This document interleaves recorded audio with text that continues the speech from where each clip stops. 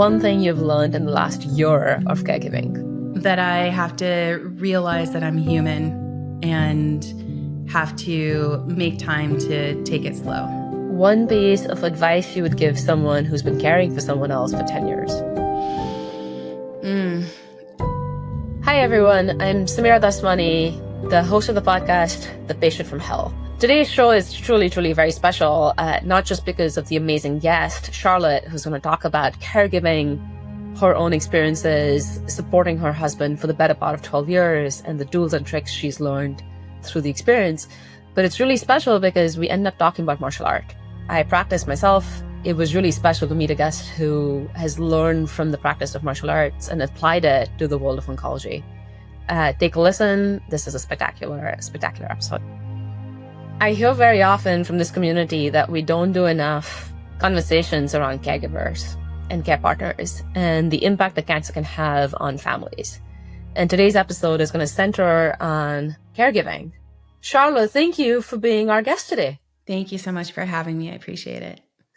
Charlotte, maybe you can start by telling us a bit about you, maybe before caregiving became a theme in your life. Yeah, before caregiving, wow, that was over a decade ago. So it feels like forever. We were a young family. My daughter was in first grade. My husband was working in the company that he was fun working in. Everybody was just doing that normal 30s, like living life and trying to do all the things. And I was a full-time yoga and meditation teacher, and loving being a mom, and didn't know that I was loving a fairly carefree life considering what was coming next. And what happened next? Yeah, my husband was diagnosed with thyroid cancer. And that was just a really quick hit to our world. It wasn't anything that, of course, we were expecting. It was following up on something that was showing up in his neck, and everything just rapidly moved. He has a variant that is fast moving, even though it's papillary. There's a side cell that's causing trouble for forever. And it was kind of like having that rug pulled out from under all of us and just trying to figure out how to make everything work. Charlotte, before we go down the diagnosis route and treatment, what made you become a yoga instructor? Yeah, it's funny. I had been a martial arts student for a long time, and I tore my second ACL and realized that I needed something different instead of the physical therapy that I was going through. And I really loved the connection that I could make with yoga and the things that I liked about martial arts. And so I started just using it as a way to get everything to move again. And I never left. And over time, was asked to teach. And so got certified in multiple different places. And yeah, I still do it today.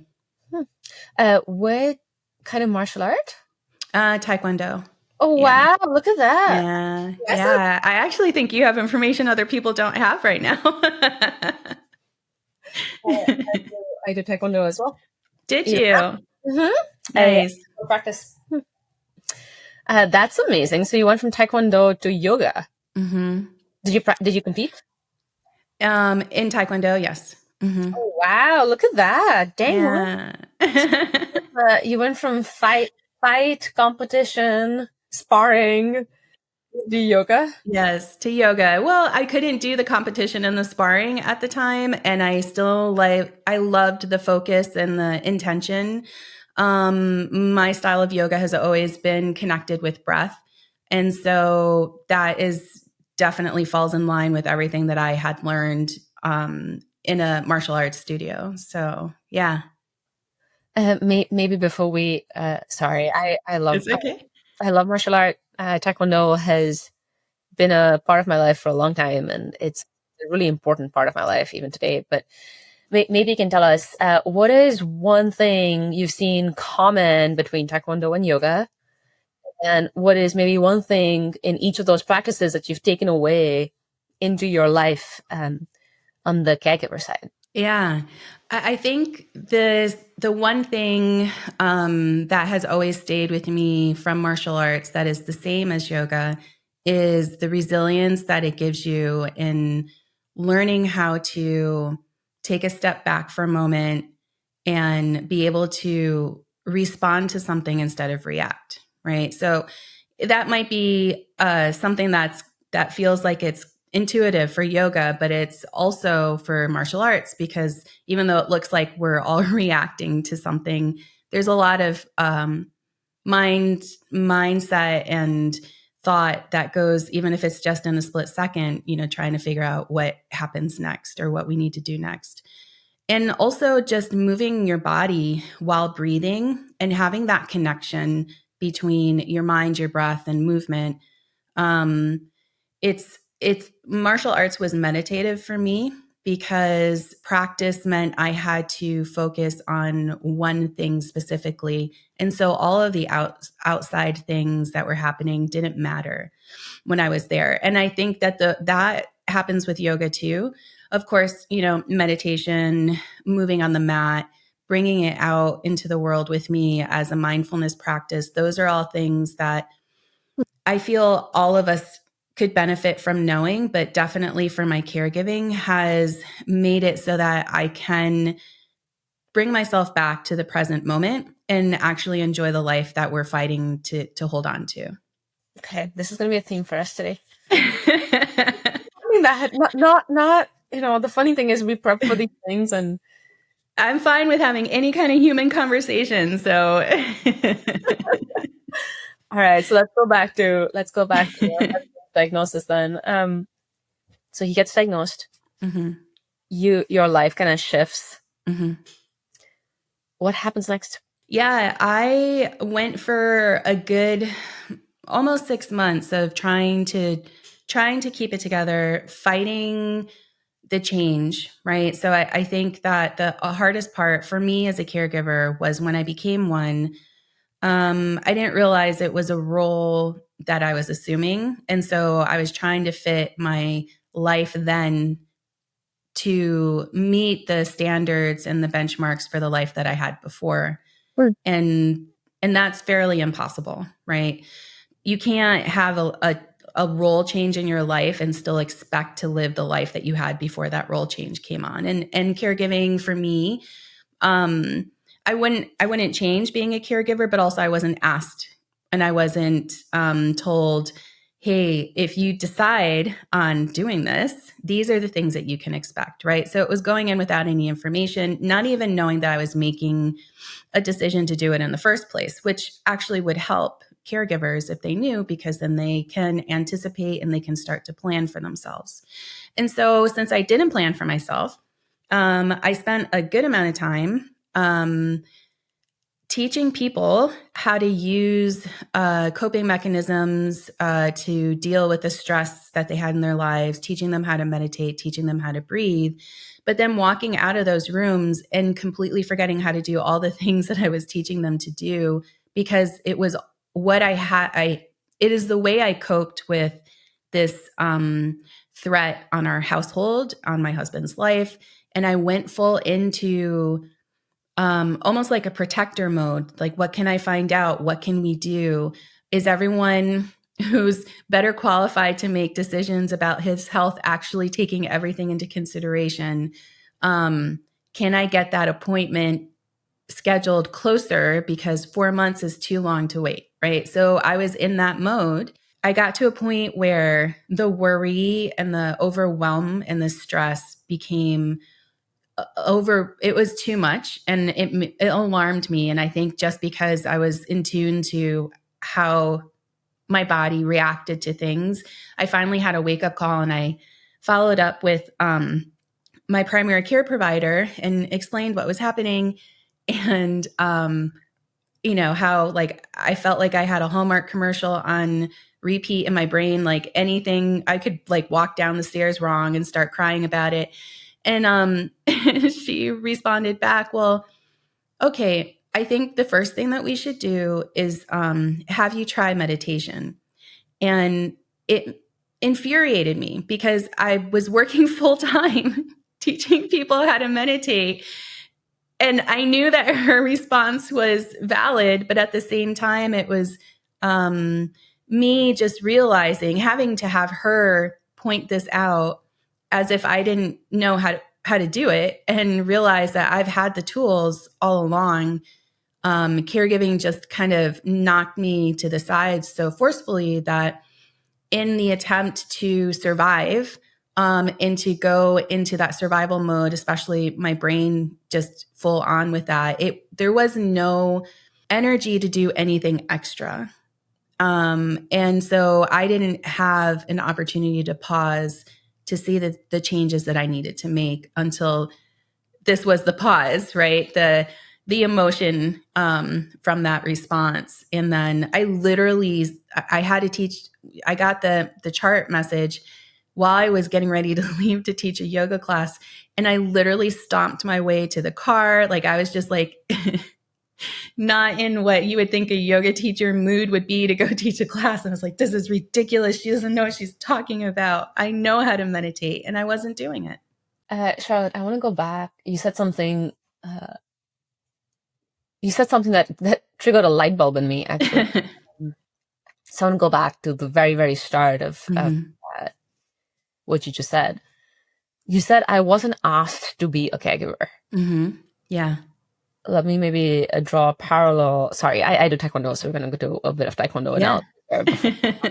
I do yoga, but more spiritually aligned to taekwondo. There is something about the start of a sparring moment where you have agency to choose to engage or not. And then when you are engaged in that sparring or fight or moment in time, you also have, not always, but sometimes have agency to roll out and disengage.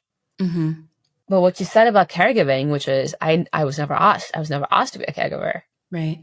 Kind of amazing to me that we have caregivers where you don't actually have agency. Can you talk about that? Yeah. I mean, when you start to spar, I always loved, right before anything happened, you usually had to have this acknowledgement with the person standing in front of you that this is what we're doing, right? And there are some boundaries, and they might be crossed, and then there's things that happen, right? But there's always this agreement. This is where we are. This is what we're going to do next. It can be difficult and it can hurt. Like, we all walk into that ring or on that floor with that understanding. And so when you do get hit in the head, or you do feel like you have to move backwards because you can't breathe, like, those are all acceptable. That's all expected. And you know that those are tools that you can use when you're in there in order to move towards your goal, which is sometimes just to survive and other times to win, right? So for caregivers, what I always find and what I know to be true for me is that we didn't tap in, right? We didn't have that acknowledgement with the oncologist or a nurse or just somebody in the hallway after our loved ones were diagnosed to say, hey, we're tapping you in. Like, this is going to be a thing that you're going to have to be a part of. You can choose to practice this or not. You can be on the floor, or you can decide to leave. But along the way, it's going to hurt. It's going to be difficult. You're going to lose your breath, and you're going to need to know when you have to take a step back to recompose yourself so that you can continue to move forward. And I think that's why a lot of caregivers don't feel like they have the agency to prioritize their own care, to investigate what that care would look like, especially if they didn't have the tools before they became a caregiver. So just like in Taekwondo, most times you don't get thrown into a sparring match when you first are a white belt and you're starting new, right? Because they need to teach you the tools and the way to protect yourself. But for caregiving, that's exactly what's happening. And so there's no instruction, there's no training. It's just here, you jump in with this 2-time black belt and watch and cover your head and just pray that you make it to the other side.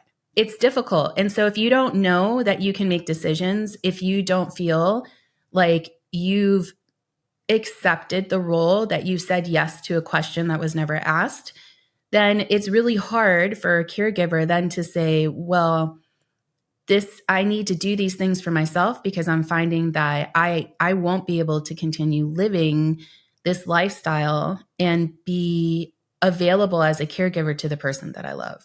That deeply resonates. And there's another thing that you said. You used two words that for me feel dissonant. Mm-hmm. You said I was in survival mode and I was in protector mode. Mm-hmm.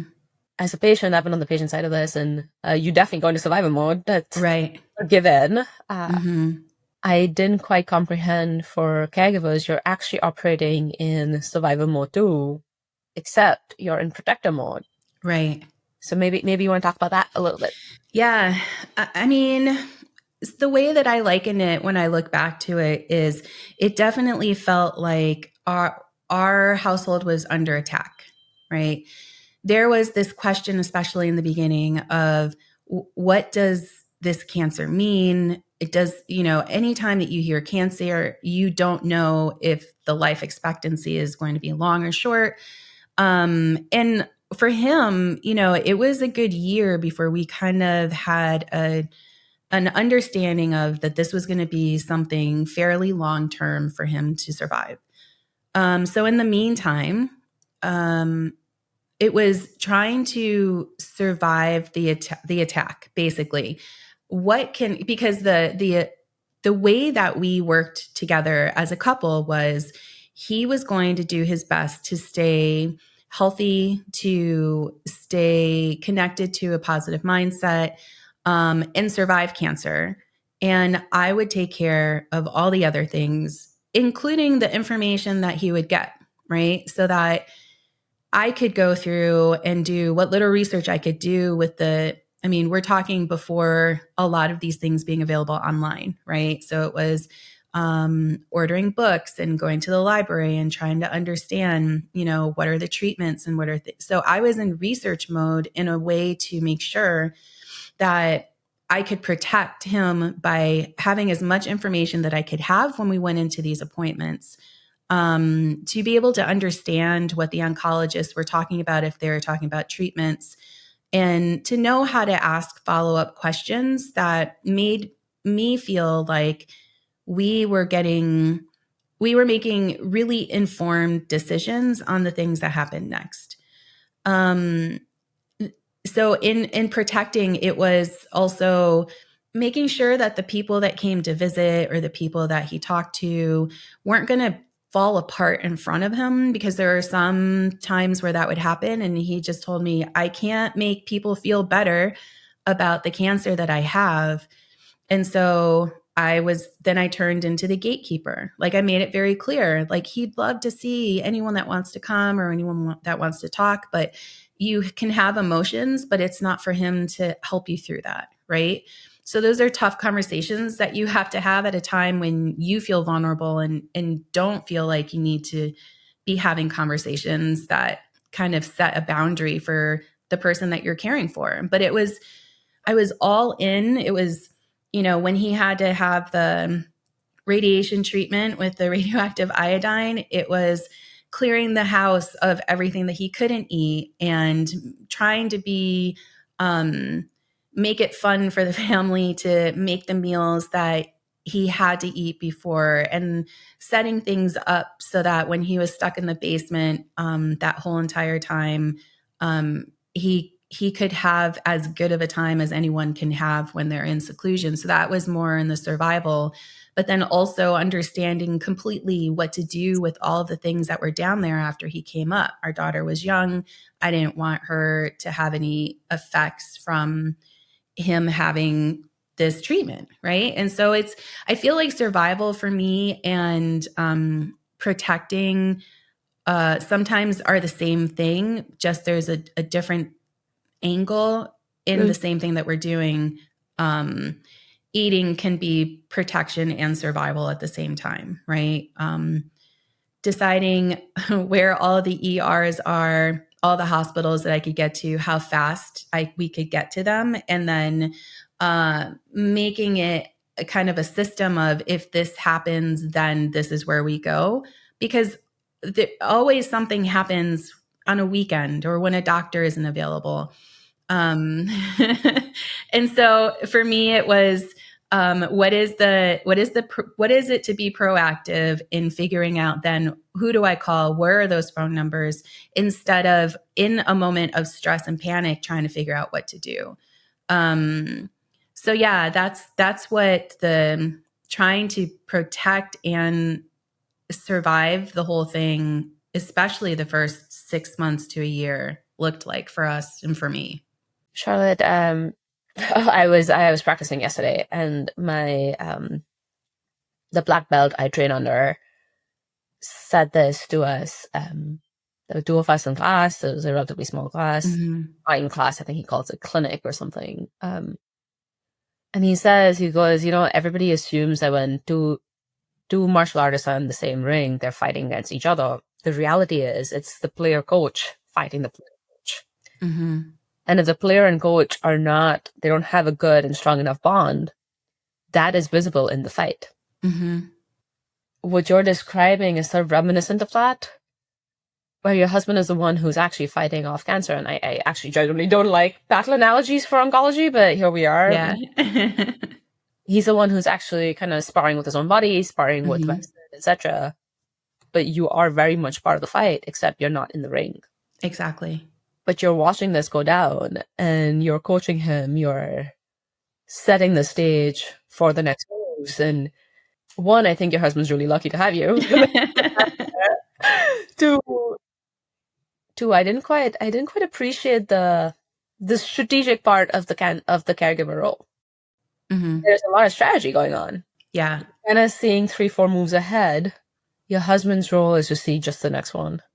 And I feel like all caregivers have a different way of creating the relationship with the person that they care for, right?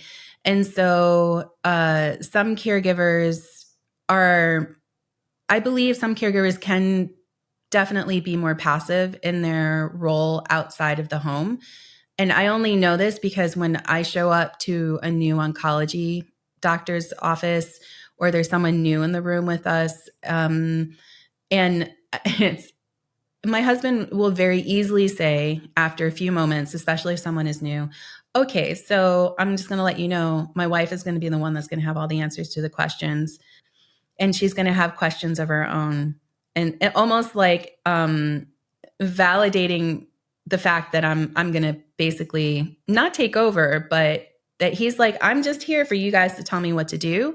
I am fully able to say yes or no to things, but I also know that she's the one that does all the work to try to figure things out and is thinking, like you said, 2-3 steps ahead, right? Like if he starts taking this medication and he begins to lose weight, how does the medication affect him differently when he has less body mass, right? So I don't know that all caregivers feel comfortable asking those questions, but I don't have the time to try to play it safe in an oncology room. There's questions that need to be asked, and it's always done respectfully. And if something is said that I don't understand, I know my husband definitely doesn't understand. And so I'll ask a follow-up question or ask them to explain a little bit better, where I know that other caregivers have told me, if I don't understand, then I just feel like maybe I should understand. And so I don't follow up. And I'm like, no, leave knowing as much as you can, because the person that is important to both of you is the person in that room telling you what's happening. So Charlotte, let's talk about this, right? Because where we started with this analogy was becoming, like, taking on the role of a caregiver is kind of into you being a white belt forced into a match that you are definitely not ready for. Right. But somehow you go from there to becoming the coach. But there's no formal training. There's no consistent practice. There's no tools. So how do you go from a white belt to a coach? Trial and error. And I really feel like that's where the resilience becomes important. So for example, my husband came home with drains from both sides of his neck. I am not the type of person that likes seeing inside a person's body. Um, and, and so Not many people are like that. I love seeing CT scans. I love seeing, radiology reports, MRIs, all of that I find really interesting. But actually physically seeing in someone's body is not something that I was prepared for. And so stripping the drains was one thing, but then when they pulled drains out and they don't close up the wound, and I have to look at, like, my husband one day was like, I don't think this is going the right way. And I pull the bandage back and then put it calmly back on him. And I said, I'm not qualified to see that. And we're going to the doctor because I can't unsee what I just saw. I wasn't trained for that, right? I wasn't really trained on how to strip a drain. I wasn't trained on,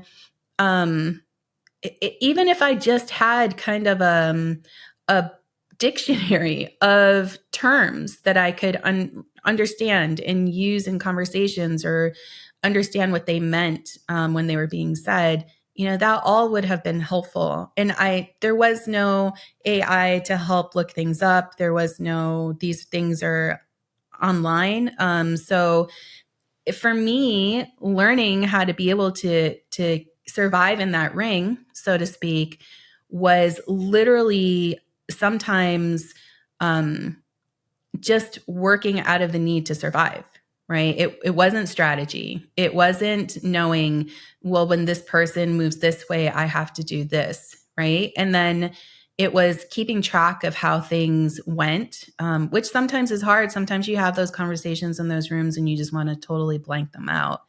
But learning little by little to get to a place where, I not only understand how things work for our household and how to have things run as efficiently and as lovingly and empathetically as possible, but also the triggers that I have. I mean, there are some experiences that we had in the very beginning that come with me sometimes into new oncology rooms or when he's in a hospital. And I have to acknowledge that that might be the story of the person that I was before, but to give everyone the ability to be a part of a new story instead of an add-on or a rewrite, right? You have a nurse that had a bad day in the beginning. That doesn't mean that every nurse is going to be that person when you see them in the future. And I think sometimes it's hard for caregivers to understand that, because there's no time to sit with those feelings and understand this isn't everybody, right? And so that's a kind of what the survival part of it does to us. And it hurts our ability sometimes to have good relationships with the people that are caring for our loved ones. I would love to say that we're also working with, but caregivers aren't necessarily seen as part of the team. And so I think that power dynamic is also something that's really hard to deal with, especially for someone like me that understands that there's so much potential in having the caregiver be seen as someone who's important in the team, because we are with them. We are the ones that help that person make sure they follow the protocols and take the medications and get to where they need to go for the 363 days of the year that they're not with a doctor, right? And so I think that also would help people understand that caregivers could stand to have a little bit more education, a little bit more of a forewarning of what to expect. And then that would give caregivers that advocacy to not only ask for things that they think their loved one needs, but also that they need themselves. Charlotte, I want to unpack something you started this with again. You started by saying trial and error is part of the learning curve. Mm-hmm. Because everything else you're saying makes perfect sense to me, right? There's no agency not being tapped in. Yeah. There aren't any tools. There's no training. None of that exists. Caregivers are not seen for the vast majority of cases as part of the team. Therefore, you're kind of on this like outside. You're an outsider with undue influence, Right. in the system, but it's not acknowledged. And a lot of the burden is sitting on you, but again, unacknowledged. And given that kind of environmental setup, you're still having to perform. Right. You still have to show up. You still have to put in the work, and you have to do it in survival mode. And yet your learning curve is staggeringly high. Yeah. So maybe talk to us about how you are learning. Like, what are you doing to learn? Yeah. I think that I started out with maybe more of an advantage than other caregivers had, because for my own care, I already had the tools. I just forgot that they were there until I was reminded, right? And that's a lot of why I do what I do, because if a person who had all the tools, had to be reminded in such a big way that I could find myself back to my own care, then how does that even work for caregivers who didn't have that education or those tools before that happened? And so for me, that trial and error in the very beginning was that doctor telling me I should consider meditation. Was I realized that caregiving can make me forget about myself, can make my care not even just a low priority, non-existent, right? Because I'm in that survival protective mode, and there was no capacity for me to see that I was letting everything go that I was doing for myself. So sometimes I realize that I have to take a step back and pause and see the bigger picture of what's happening. When I had a moment, right? There definitely in the past year, there have been times where we've had to like make a last minute decision to take my husband to the ER, right? That's something new. His treatments before haven't had for him to have to do that. And so I realized, oh, this new treatment is making it feel like he was diagnosed all over again, right? And so it's me starting to go back to the things that I knew worked in the beginning, which was taking a lot of notes, sitting back when I had fear, worry, and anxiety all mixed in together. Like, I know how that feels in my body. I know how it shows up, but what is it telling me? And that's all from the things that have happened in the past that I'm bringing into the future as tools. Sometimes we're in a new city with a new hospital system. His oncologist is in Chicago. We're, part of the way across the United States. So we can't just go to that office or that medical system. And it's dealing with that, learning how to say to myself, I don't quite get what the next step needs to be, which for someone who's trying to be proactive at making sure that someone is getting the care that they need, is difficult. Like, that's difficult for me, because moving and not being in the same medical system, there's information that's lost, and you're re-explaining who this person in front of you is so that they can see them as a human and not just another person walking into the ER. And it's having explanations about a drug that most people in this town don't know about. And then there's questions of, why isn't your oncologist in town? And so those are all new things that I've had to learn to deal with grace, right? Because inside of me, the internal dialogue is not as nice as what comes out in those moments. But it's because I've learned to separate my reactions, because those reactions I know are me being protective, right? Me trying to make sure that he gets the treatment and they completely understand what they don't understand. But at the same time, knowing that there are specific words that I need to say when it comes to a point where I know they're not listening and they need to check in with his doctors in Chicago. That's a learning curve for me. So it's frustrating that I've been a caregiver for a little over 12 years. And then there's still new things that I have to learn how to deal with, ways to communicate so that what I'm saying is being understood. I thought before a year and a half ago, I thought, all right, I just have to deal with the rise and fall of cancer, right? It's never stable. It's not static. It's always going to change. There's always going to be surprises. And that's the problem, is the anticipation of when the surprise will come. But then at the same time, dealing with a new treatment, and the treatment bringing up different facets of quality of life that we have to contend with, that feels like cancer coming new again, right? And so even now, it's been, I do what I feel my gut reaction is telling me I should consider. And then I step back and see, how can I translate that into the outside world and communicate effectively to the people that I need to talk to or get the message through, and have the energy to follow up, to push back, to give more information, when sometimes in the thick of it, we all know sometimes you just want to say, all right, whatever. That's what they said. Let's just go with it. When you know that you have information they haven't heard yet that would change their response, right? Hey, we're almost at time here. Your experiences are so powerful, and you're such an eloquent speaker. So Thank you. I'm so thrilled that we've had you as guest here. As our wrap up, we're gonna move into rapid fire.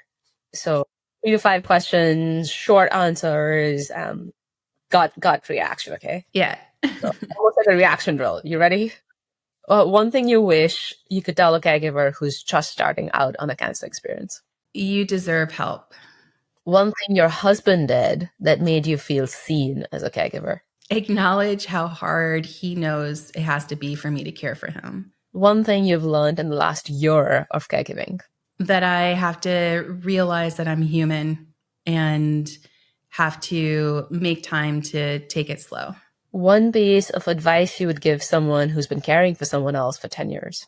Don't lose sight of the life that you're fighting for your loved one to live by being too busy trying to help them live it. Beautiful. Okay, fill in the blank.